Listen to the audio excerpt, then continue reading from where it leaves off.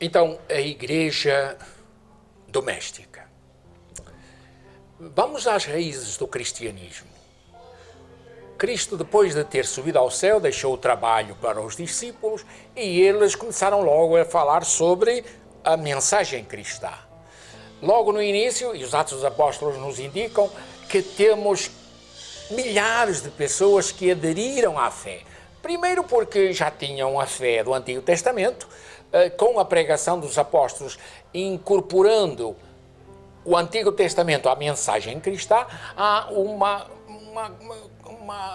complementação. E aí a adesão ao cristianismo por maioria do povo hebreu foi extraordinária.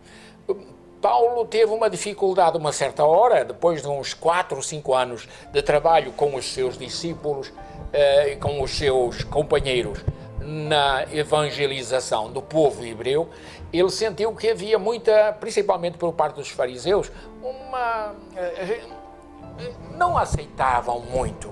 E aí a igreja começou a se disseminar entre as cidades pagãs, isto é, que nunca ouviram falar nem de Moisés, nem de Jesus. Aí começa então a igreja doméstica, porque não se podia ir para uma igreja, não havia possibilidade de termos, iam para as sinagogas, mas depois também teve a briga com os dirigentes das sinagogas, e então a igreja teve que ir para as casas.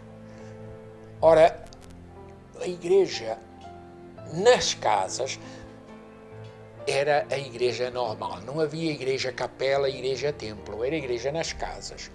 Foi-se desenvolvendo um cristianismo que vai, pelo testemunho, cativando as pessoas.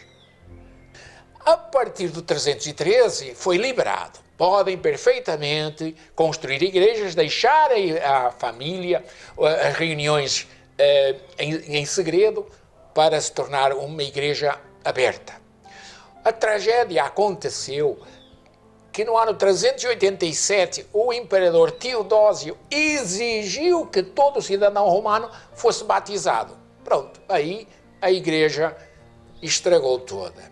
E quando falamos em igreja doméstica, estamos querendo dizer que marido, esposa, filhos, netos e avós tentam viver os ensinamentos cristãos. Ora, por isso é que nós estamos falando um pouquinho da história. É que, com a obrigação de ser cristão, as pessoas não escolhiam, não era uma questão de adesão, era forçado a ser batizado. E aí surgiu então a igreja da cristandade. A cultura marcava a vida pública, e a cultura era a cultura de cristão, só que não era vivência cristã, era conhecimento, era ritual, era coisas externas e não compromissos pessoais. Esta ideia de cristandade, ela trouxe coisas positivas e trouxe coisas negativas para a sociedade. A história da civilização, principalmente europeia e da Ásia Menor, foram muito determinados pela cristandade. O próprio Brasil, em 1500, quando os portugueses vieram para cá, foi evangelizado com a cristandade. Nós passamos aqui assim até 1750, um Brasil que tinha a evangelização da cristandade. Os jesuítas foram expulsos da nossa região e ficaram só os capuchos. Então há mais dificuldade para a prática cristã. Era mais tradição cristã.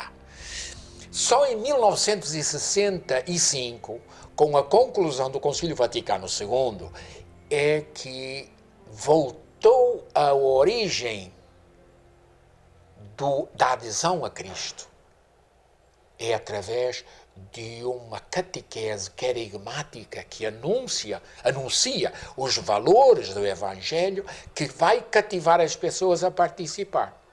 E então aí sim, se insiste numa igreja que em casa já vive os valores cristãos, a tal igreja doméstica. O Papa João Paulo II, mais tarde, tem um documento Familiaris Consórcio, onde ele já está dizendo aí, pela primeira vez, o termo igreja doméstica. Na casa é função do pai e da mãe educar os filhos no seguimento de Cristo. Então, não muita teoria cristã, mas prática dos valores cristãos. A igreja, e então o Papa vai dizer, oficina, a casa, como igreja doméstica, se torna uma oficina de virtudes. Você aprende virtudes. É uma escola de evangelização. O papai e a mamãe não estão preocupados em dar para o filho um celular para ele ver os Transformers e esses desenhos animados. Dá para os filhos aquilo que é importante para ele e ela serem pessoas que não gostam de agredir os irmãos, que não falam palavrão em casa nem na rua, que sabem dizer me desculpa e sabem dizer por favor, que sabem escutar o pai e a mãe sem falar, e muito menos falar, mas sem pensar, papai não presta ou mamãe não presta, porque às vezes há uma certa agressividade quando o papai chama a atenção. É a função do papai e da mamãe, numa igreja doméstica, chamar a atenção, sim. Uma casa que não ponha limites, seja para os adultos, seja para as crianças, vira uma bagunça, ninguém vai gostar de viver nessa casa. Então, como entendemos a igreja doméstica? Uma casa onde papai e mamãe nunca batem boca. Se querem bater boca, vão para fora de casa sem a presença dos filhos. É uma casa que preza a harmonia familiar. É uma casa onde não se diz ide vós, mas diz vamos todos. Mamãe, mas eu quero dormir mais um pouquinho. Vais dormir noutra hora. Agora nós temos este compromisso. Tem que haver responsabilidades, tem que haver limites. Se não fazemos isso, não se torna uma igreja doméstica, torna-se aquilo que muitas vezes acontece. Entregamos para a igreja católica, os catequistas, os padres, as freiras, e para a igreja católica a educação cristã, e para os professores a educação humana. Pai e mãe dizem, não é conosco. O Estado que dê a formação, a igreja que dê a educação cristã. E os pais fazem como se não fosse responsabilidade deles educar em termos humanos e educar em termos religiosos. Voltando ao tema que nos interessa, família como uma igreja doméstica. Ela reza, não é cada um no seu canto, reza tu, ela reza em conjunto, ela toma as refeições em conjunto, e agora com a pandemia isso ajuda muito, porque muitas vezes com o trabalho um almoça a esta hora e o outro àquela. Então, reza, come, se diverte junto. O lazer é importante também na vida da família. Na família doméstica, as saídas não é apenas para rezar, é também para se divertir. A família doméstica sabe ter educação sadia e diversão sadia. Querermos cidadãos conscientes e cristãos atuantes só é possível se nós, com os nossos filhos de pequeninos, nós os educamos nos valores do Evangelho. A tolerância, o perdão, a cooperação, né? A capacidade de nós termos um bocado de paciência com os erros dos outros e a segurança para dizermos: este é o caminho. A educação que eu recebi me dá segurança para dizer: este é o caminho. Agora, não deixar que nem o fanatismo, nem a superficialidade tomem conta da nossa vida familiar.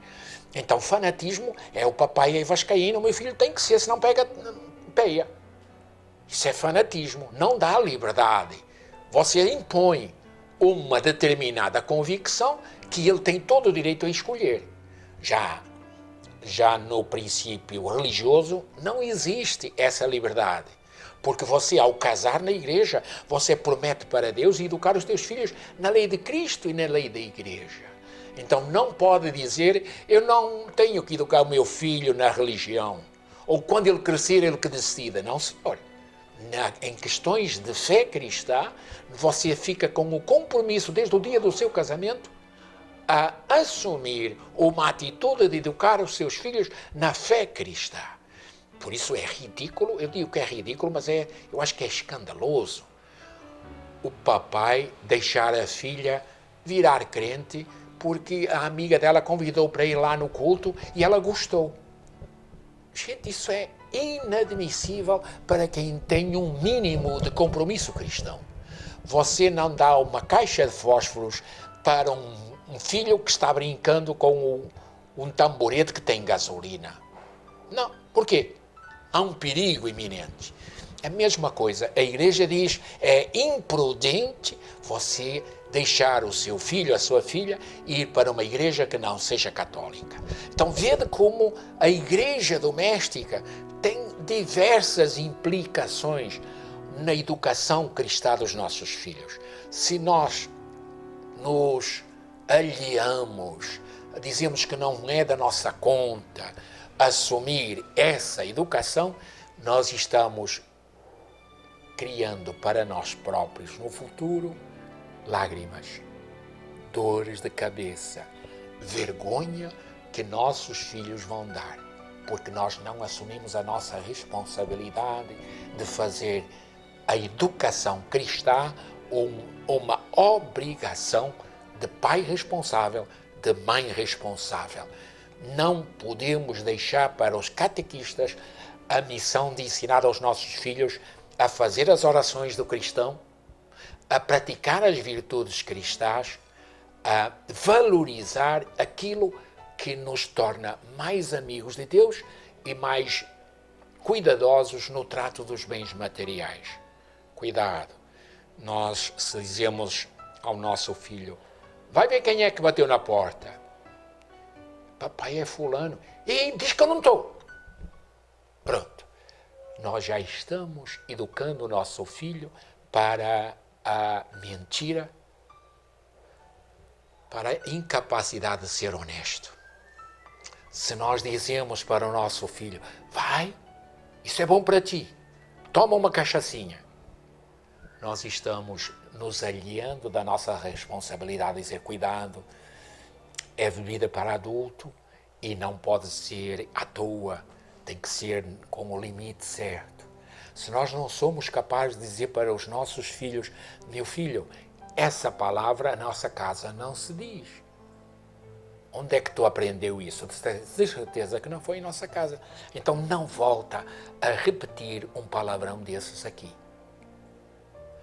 Saber dizer para os nossos filhos aquilo que a nossa fé exige de nós.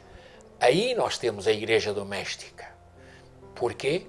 Porque todos os membros, desde pequeninos, se habituam a ter gosto em trabalhar pelo reino de Deus. A sociedade inteira vai lucrar com esta nossa maneira de nos assumirmos como cristãos. Por isso, façamos da nossa família uma igreja doméstica. Não é só a igreja instituição que vai agradecer, mas a sociedade como um todo se vai beneficiar porque nós aprendemos a respeitar os outros e a nos fazermos respeitados. Bons cristãos, bons cidadãos é o fruto de uma igreja doméstica atuante. Obrigado.